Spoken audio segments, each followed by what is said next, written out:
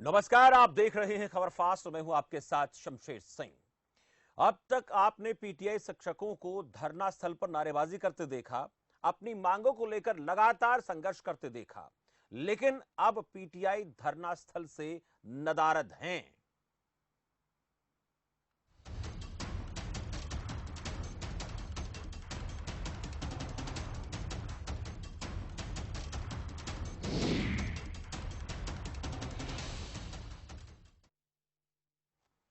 दरअसल हरियाणा में 1983 बर्खास्त पीटीआई शिक्षकों की यह लड़ाई अब बड़ौदा तक अब पहुंची है। बड़ौदा में अब चुनाव है, यह सबके जहन में है और इसी के मद्देनजर सभी पीटीआई शिक्षकों ने अब अपनी मांगों को लेकर बड़ौदा हलके का रुख कर लिया है। लंबे वक्त से चरखी दादरी में धरने पर बैठे पीटीआई शिक्षक अब धरना स्थल से गायब दिखाई दिए। हालांकि धरना स्थल पर अलग अलग कर्मचारी संगठन और किसान यूनियन के सदस्य मौजूद रहे। पीटीआई का कहना है कि वो बड़ौदा गांव में सरकार के खिलाफ यानी बड़ौदा हलके में सरकार के खिलाफ प्रचार कर मोर्चा खोलेंगे। वही प्रदर्शनकारियों की तरफ से क्या कहा गया है वो सुन लेते हैं। पीटीआई साथी हमारे 2 दिन के लिए कई दिन से लगातार यहाँ धरने पर चल रहे थे। आज हमने वहाँ पहले ही उनको ये रेस्ट करने के लिए कह दिया था। वो साथी इकट्ठे होकर अपने चुनाव का बहिष्कार करेंगे। चले, आपने सुना कि जिस तरीके से पीटीआई का यह धरना दादरी में चल रहा था, उसका स्थान अब बदलकर बड़ौदा हल्का रहेगा, क्योंकि बड़ौदा में उपचुनाव होना है और उसी को लेकर बर्खास्त पीटीआई कहने के सरकार को घेरने की कोशिश में है। सुमेश ढाका चरखी दादरी से हमारे संवाददाता हैं, इस खबर पर ज्यादा जानकारी हमें देंगे। सुमेश, धरना स्थल पर अब पीटीआई नदारद हैं, बर्खास्त पीटीआई और कर्मचारी संगठन जरूर नजर आ रहे हैं। क्या ताजा अपडेट आपके पास सुमेश? शमशेर जी, जैसा कि आप देख पा रहे हैं कि मैं अभी जो धरना स्थल है उसी के ऊपर हूं और यहाँ पर आप मेरे पीछे देख पाएंगे कि तमाम जो दूसरे जो कर्मचारी संगठन के जितने भी पदाधिकारी हैं वो यहाँ पर मौजूद हैं। हालांकि दिन में कुछ महिला शिक्षक यहाँ पर आज दिखाई दी थी, लेकिन उसके बाद अभी वो भी नहीं है और लगातार जो दूसरे जो कर्मचारी संगठन है उन्हीं के जो पदाधिकारी हैं वो यहाँ पर दिखाई दे रहे हैं। तो और इसमें यहाँ पर एक जिन पदाधिकारियों के द्वारा यहाँ पे हमें बताया गया कि जितने भी पीटीआई शिक्षक थे वो सारे के सारे कल अपने बड़ौदा हलके में वहां पर पहुंचे हैं और बड़ौदा हलके में लोगों को वहां पर जो सरकार चल रही है उनके बारे में जागरूक करने के लिए, उनकी पोल पट्टी खोलने के लिए, उसके लिए वो वहां पर गए हैं और बाकायदा बताया गया कि डोर टू डोर कैंपेन वहां से चलाया जाएगा। लेकिन अगर हम बात करें तो आज सुबह के समय बड़ौदा हलके में सभी पीटीआई शिक्षक मौजूद थे, लेकिन दोपहर के बाद जो स्थिति वहां से थोड़ी सी बदली। इन्होंने अपने जो रूपरेखा थी, जो अपनी पूरी योजना थी वो थोड़ा सा बदल करके और पलवल और गुड़गांव में ये सभी पीटीआई शिक्षक इकट्ठे हुए हैं, वहां पर अपना शक्ति प्रदर्शन करने की बात की गई है। और अभी भी अगर आपको मैं यहाँ पर दिखाऊं तो जो पीछे आप मेरे पीछे देख सकते हैं, यहाँ पर जरा पूरी करके, ठीक है। हाँ, बिल्कुल सुमेश। जितने पीटीआई शिक्षक हैं वो यहाँ से नदारद हैं और सभी के सभी अभी पलवल और गुड़गांव की साइड वहां पर निकले हुए हैं और वहां पर अपना शक्ति प्रदर्शन करने की बात सुनने में आ रही है। इससे पहले बड़ौदा हलके में उन्होंने गांव-गांव जाकर के सरकार की नीतियों की पोल खोलने की बात कही थी। सोमेश, बने रहे आप। राजकुमार घिक्काड़ा, सर्व कर्मचारी संघ जिला अध्यक्ष, वो भी हमारे साथ जुड़ गए। राजकुमार जी, बहुत बहुत स्वागत है आपका खबर फास्ट पर। नमस्कार जी, नमस्कार। राजकुमार जी, लगातार बर्खास्त पीटीआई संघर्षरत हैं और सर्व कर्मचारी संघ की तरफ से भी उनका समर्थन किया जा रहा है। महत्वपूर्ण मांग यही है कि इनको, जो टीचर बर्खास्त किए गए हैं, इनके लिए रास्ता सरकार निकाले।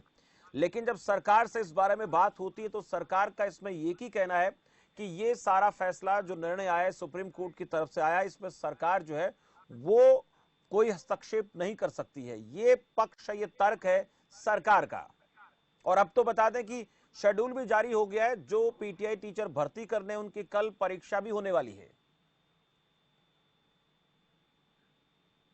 हेलो जी राजकुमार जी। हाँ जी शमशेर सिंह जी, ऐसा है कि जो हमारे बर्खास्त पीटीआई हैं उनकी जो सरकार नई भर्ती की कोशिश कर रही है ये परीक्षा की, इसमें हमारे पीटीआई ने बिल्कुल इसका विरोध करते हुए हमारे कोई भी पीटीआई साथी इस परीक्षा में नहीं बैठा है। जो बात कर रहे थे कि क्या दुख यहाँ बैठे थे, उनके स्वास्थ्य खराब होने के कारण वो साथी यहाँ धरने पर थे। बाकी जो हमारा शेड्यूल था उस शेड्यूल के तहत वो साथी गए हुए थे। और आने वाले भविष्य में हम सरकार को ये बता देना चाहते हैं कि या तो इन पीटीआईओ को जल्दी बहाल कर दे, अन्यथा जो उपचुनाव होने वाला है उसमें हमारा एक एक साथी, पीटीआई साथी, उनके परिवार के सदस्य और सर्व कर्मचारी संघ और दूसरे संगठन हम पूर्ण रूप से सरकार का विरोध करेंगे। राजकुमार जी, सरकार का ये कहना है कि सुप्रीम कोर्ट का फैसला आया है, इसमें सरकार क्या कर सकती है? सरकार के पास जो विधायक पालिका है वो अपने उन शक्तियों का प्रयोग करके विधानसभा में बिल लाकर इनको एक लाइन के प्रस्ताव में ही दोबारा नौकरी पर ले सकते हैं। लेकिन इसके साथ साथ जो सुप्रीम कोर्ट में ने जो हल्फनामा दायर किया, उसमें जो हल्फनामा किया गया उसमें बिल्कुल झूठा हल्फनामा दायर किया गया है।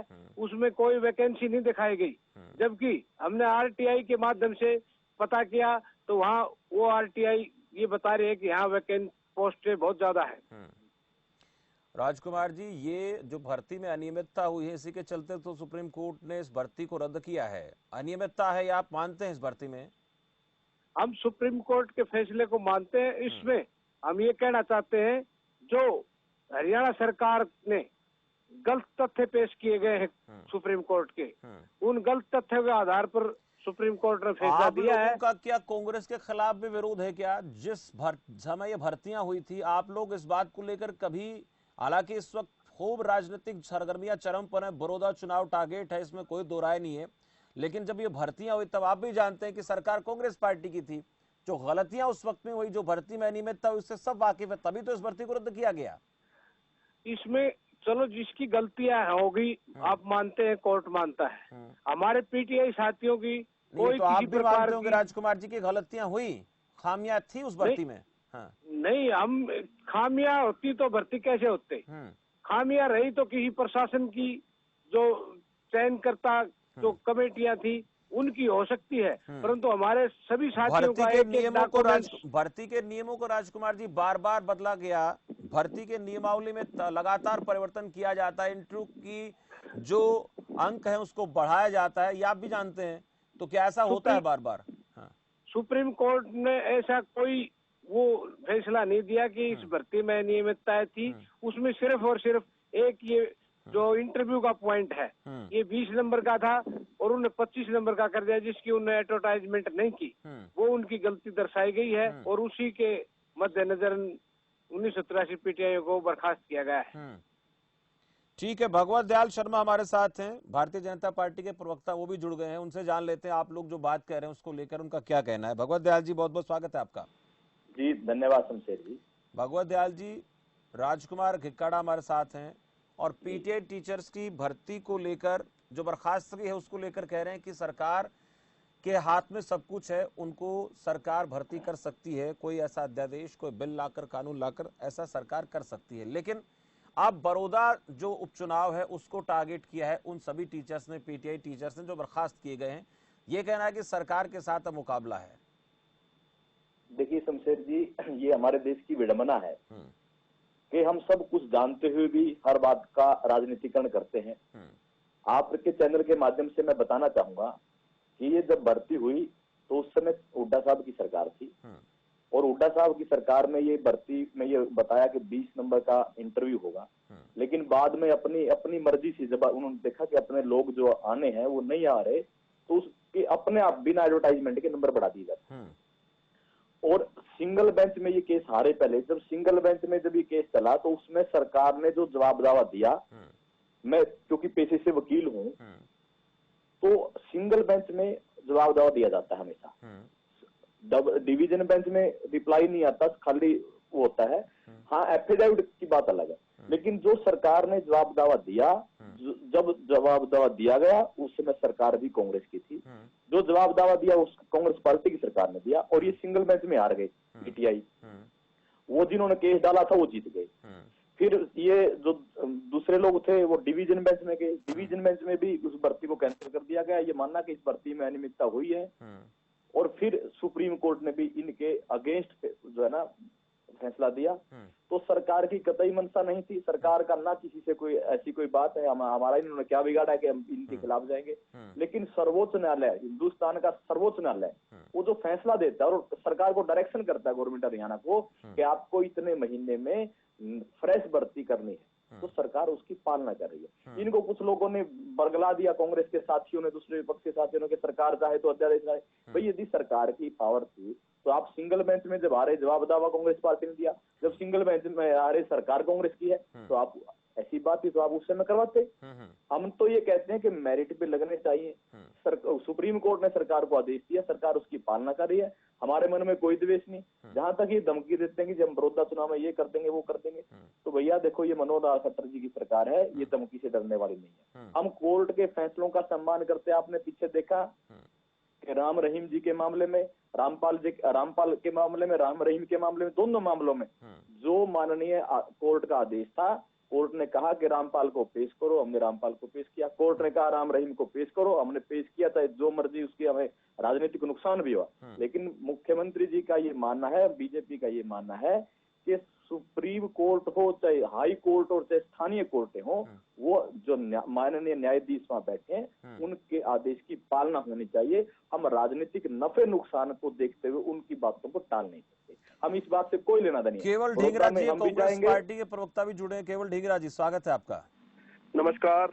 केवल ढींगरा जी, आपने सुना भगवत दयाल जी को क्या कह रहे हैं? आपको मैं बताना चाहूंगा, ये जो मनोहर लाल की खट्टर की सरकार है, ये नौकरी लेने वाली सरकार है, देने वाली सरकार नहीं है। और मैं आपको ये बताना चाहूंगा, इन्होंने जब से ये सत्ता में आए, इन्होंने कितनी नौकरियां ली है, इसके ऊपर ध्यान होना चाहिए। इन्होंने सारे के सारे कंट्रैक्चुअल, जिनको कहा था कि हम पहली कलम से पक्का करेंगे, वही ये इस तरह के जो कर्मचारी, जैसे पीटीआई कर्मचारी भी, ये पहली कलम से पक्का करने वाले सरकार अब दूसरी भाषा पे आ गए हैं। अब ये इनकी भाषा बदल चुकी है। अब ये कह रहे हैं कि हम जो है किसी भी को लगाने के पक्ष में नहीं है। अब इनको सुप्रीम कोर्ट याद आती है, अब इनको कोर्ट याद आती है। अगर ये अध्यादेश लाए तो सरकार का काम होता है नौकरी देना, कोर्ट का काम नहीं होता है। कोर्ट का काम होता है अपने आदेश सुनाना, लेकिन सरकार का काम होता है अध्यादेश लाके उनको नौकरी दी जा सकती है। ये जानबूझ के शरारती सरकार है, ये नौकरी लेने वाली सरकार है, देने वाली नहीं है। इनको सत्ता का लालच था, सत्ता की भूख थी, इसीलिए 75 पार के नारे लगाते थे। लोग जो है इसको 40 से नीचे लाए, और अभी भी ये नहीं समझे, अभी भी ये नौकरियां ले रहे हैं सबकी, दे किसी को नहीं रहे। ये सरकार जो लूटने की सरकार जिस तरह से होती है, उस तरह की ये सरकार है हरियाणा के अंदर। और ये भी जो दल इनकी मुखालफत करते थे, ए और बी पार्टी थे, हमने कई बार कहा कि ए और बी पार्टी को वोट लोग ना दें, क्योंकि बी पार्टी ए की गोदी में बैठ जाएगी, और वही हुआ।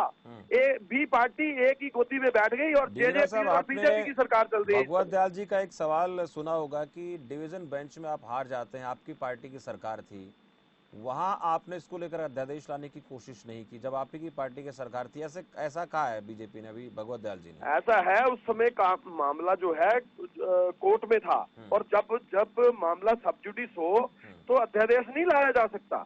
जब मामला बाहर आता है कोर्ट से, तब आप कर सकते हो। इस समय इनको मौका है, ये कर सकते हैं, लेकिन ये नौकरी लेने वाली सरकार है, इसलिए ये नौकरी देना नहीं चाहते, लेना चाहते हैं सभी लोगों को। आज आप देखिए, जितने कंट्रैक्चुअल थे 50,000 के करीब, सबको नौकरी से हटा दिया गया। आज डिपार्टमेंटों के सरकारी कर्मचारी, जिनको नोटिस दे दे के सरकार से सरकारी नौकरी से निकालने का काम ये सरकार कर रही है। इन्हीं के ही एक एमपी थे सैनी, जो मुखालफत करते थे, और उन्होंने कहा था कि कंट्रैक्चुअल जो होते हैं वही काम करते हैं, जो सरकारी नौकरी वाले होते हैं वो काम नहीं करते। इनकी सोच ये दर्शाती है कि ये लोग नौकरी लेने वाले हैं, किसी को नौकरी देने वाले नहीं है। इस बार भी इनको लोगों ने चुना नहीं है। इनकी 40 सीटें आई थी, और जो जेजेपी का दल है वो इन्हीं की मुखालफत करके इनकी गोदी में बैठा। अभी तक ये सरकार अल्पमत में। राजकुमार घिक्काड़ा हमारे साथ है। राजकुमार घिक्काड़ा जी ने आपने दोनों को सुना, कांग्रेस को भी सुना, बीजेपी को भी सुना, और बीजेपी का कहना है कि हम कोर्ट के फैसले का सम्मान करते हैं। हम बीजेपी के प्रवक्ता जी कह रहे हैं कि कोर्ट के फैसले का स्वागत करना। अगर कोर्ट ने ये कहा था कि लॉकडाउन के समय में ये 5 महीने का टाइम दिया था इनको सुप्रीम कोर्ट ने। इनने आते ही 30 जुलाई को आदेश जारी कर दिया और इस पीटीआई की भर्ती की प्रक्रिया शुरू कर दी। इनने लॉकडाउन के जो कल भी हाई कोर्ट के अंदर जो अपील दायर की थी कि लॉकडाउन के अंदर ये एग्जाम नहीं हो सकता, वहाँ सरकारी की तौर से वहाँ हलफनामा दिया गया कि हमारे यहाँ हरियाणा में किसी प्रकार की कोई कोरोना की ऐसी बीमारी नहीं है। और उससे स्वास्थ्य मंत्री 2 घंटे के बाद दोबारा बयान देता है कि पूरे प्रदेश में शनिवार इतवार को 2 दिन का लॉकडाउन होगा। तो इसलिए इससे इस बीजेपी सरकार की जो मंशा है उसके आप समझ सकते हैं, जान सकते हैं कि ये पीटीआई जो हटाए गए हैं ये एक राजनीतिक का षड्यंत्र है। बीजेपी इसमें सरासरी इसमें वो पीटीआई के साथ नाजायज तौर पर प्रताड़ना कर रही है। और दूसरे, अगर सुप्रीम कोर्ट का फैसला ये इतने जल्दी लागू करना चाहते थे, SYL का फैसला है, समान काम समान वेतन का फैसला है, 2016 में समान काम समान वेतन का फैसला आया था, वो आज तक इन्हें क्यों लागू नहीं किया? सुप्रीम कोर्ट का जो SYL का वो आज तक इस बीजेपी सरकार ने और ने क्यों लागू नहीं किया? ये इन कर्मचारियों के आज ठीक है। चले, मेरे पास वक्त और नहीं, रोकूंगा आपको। सोमेश ढाका, शुक्रिया आपका इस रिपोर्ट के लिए। राजकुमार किक्कड़ा जी आपका बहुत बहुत आभार। भगवत दयाल जी आपका भी शुक्रिया और केवल ढींगरा जी आपका भी शुक्रिया। पीटीआई टीचर्स की लड़ाई बड़ौदा पर आ गई है और वो ये कहते हैं कि सरकार ने हमारे लिए अगर कुछ नहीं किया तो फिर उसका खामियाजा सरकार को बड़ौदा उपचुनाव में भुगतना पड़ेगा, उसका असर पड़ेगा। लेकिन सरकार का पक्ष ये है कि जो सुप्रीम कोर्ट की तरफ से आदेश आया है हम उसकी पालना कर रहे हैं। हाई कोर्ट जो आदेश देगा, माननीय न्यायपालिका की तरफ से जो कहा जाएगा हम उसकी पालना करवाएंगे। उसके बदले में हमें कोई राजनीतिक नफा नुकसान होता है तो हमें इसकी कोई दिक्कत नहीं है। लेकिन अब कल ये परीक्षा होगी, सरकार ने ये पूरी तरह से तैयारियां कर ली हैं और उन पीटीआई टीचर्स की भर्ती होने जा रही है जो 1983 पीटीआई टीचर्स बर्खास्त किए गए, उनकी जगह पर नई भर्ती होगी और ये नई ज्वाइनिंग इसका रिजल्ट आने के बाद होगी। लेकिन ये जरूर कह सकते हैं कि ये मुद्दा इस वक्त चुनावी मुद्दा हो गया है, राजनीतिक मुद्दा हो गया है। रोजगार खासकर ये बड़ौदा उपचुनाव में अब ऊंट किस करवट बैठने वाला है, ये उपचुनाव की तारीखों का ऐलान होगा। ऐलान के दौरान पीटीआई टीचर्स किस प्रकार से अपना विरोध दर्ज कराएंगे, सरकार की तरफ से उनके लिए क्या कुछ नियम निर्धारित होते हैं, क्या पॉलिसी लाई जाती है, बहुत ये लंबा चलने वाला जो है संघर्ष नजर आ रहा है। फिलहाल रुकेंगे एक छोटे से ब्रेक के लिए, ब्रेक के बाद जल्द हाजिर होंगे।